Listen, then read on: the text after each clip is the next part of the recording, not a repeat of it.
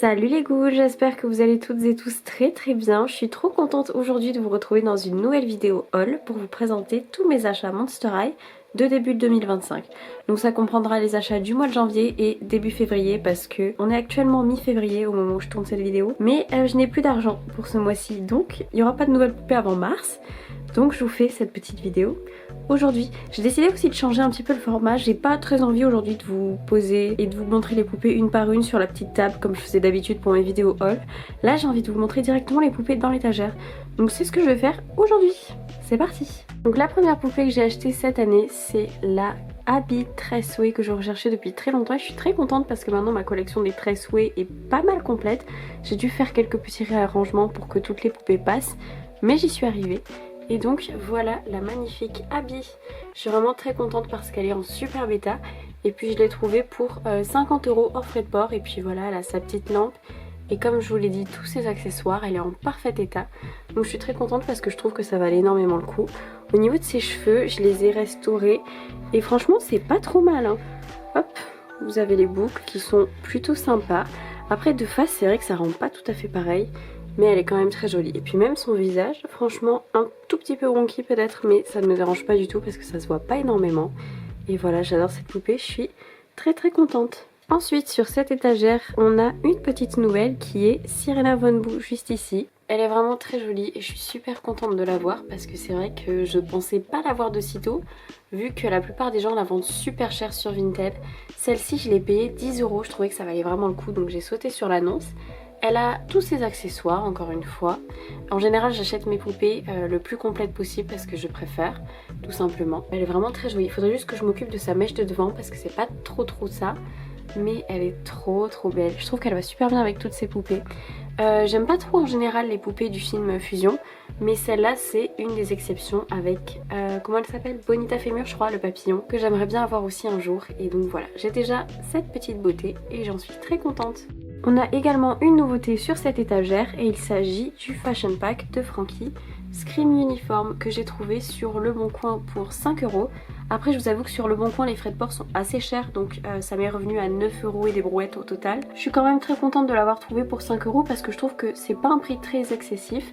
On a donc ici son petit bracelet, sa tenue donc avec la cicatrice et les chaussures. La poupée je l'avais déjà, si vous avez vu ma toute première vidéo sur ma chaîne vous vous en rappelez peut-être, mais je vous avais présenté cette Frankie donc qui est une Sweet 1600 qui est en fait ma Frankie d'enfance qui malheureusement a pas mal vécu et donc il lui restait très peu d'accessoires d'origine donc j'avais racheté une autre Frankie pour la remplacer et ça me tenait tout simplement à cœur de l'exposer parce qu'elle a quand même une valeur sentimentale assez importante pour moi et donc voilà, je suis très contente de lui avoir trouvé ce fashion pack parce que comme ça ma Frankie d'enfance a une deuxième vie.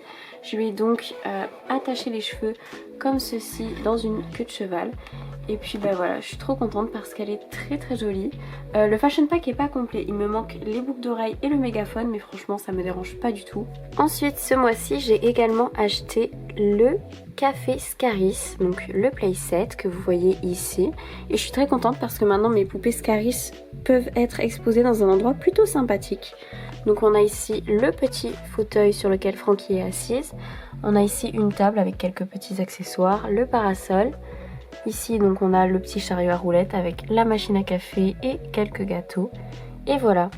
Et donc ce playset je l'ai payé 10 € et il est pratiquement complet. Je crois qu'il me manque juste un petit pot de fleurs mais ça me dérange pas spécialement. Et je ne sais pas si vous vous rappelez, dans ma dernière vidéo je vous avais dit que j'avais eu cette poupée Laguna mais qu'il me manquait son sac à main et ses chaussures. Et j'ai réussi à les trouver dans un lot pour 2 € donc j'ai foncé. Et puis ben voilà, maintenant Laguna est complète donc je suis très contente. Donc en ce début d'année j'ai eu 3 nouvelles poupées de la génération 3 qui sont toutes les 3 sur cette étagère et donc que je vais vous présenter de suite. On a tout d'abord Laguna Monster Fest qui était la dernière poupée de cette collection qui me manquait. Je suis pas spécialement intéressée par la poupée de Draculaura parce qu'honnêtement j'ai pas d'argent à dépenser dans un playset et puis je trouve que la poupée est plutôt simple par rapport à celle-ci.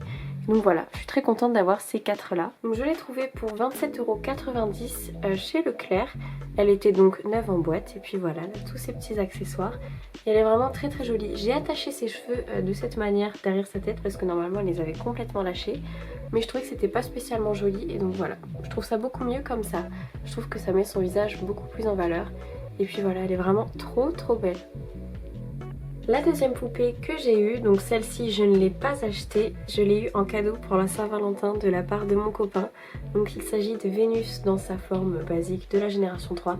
Elle est vraiment trop belle et je suis hyper contente de l'avoir parce que je la voulais quand même depuis qu'elle est sortie et ça fait un petit moment. Puis voilà, mon copain me l'a offert.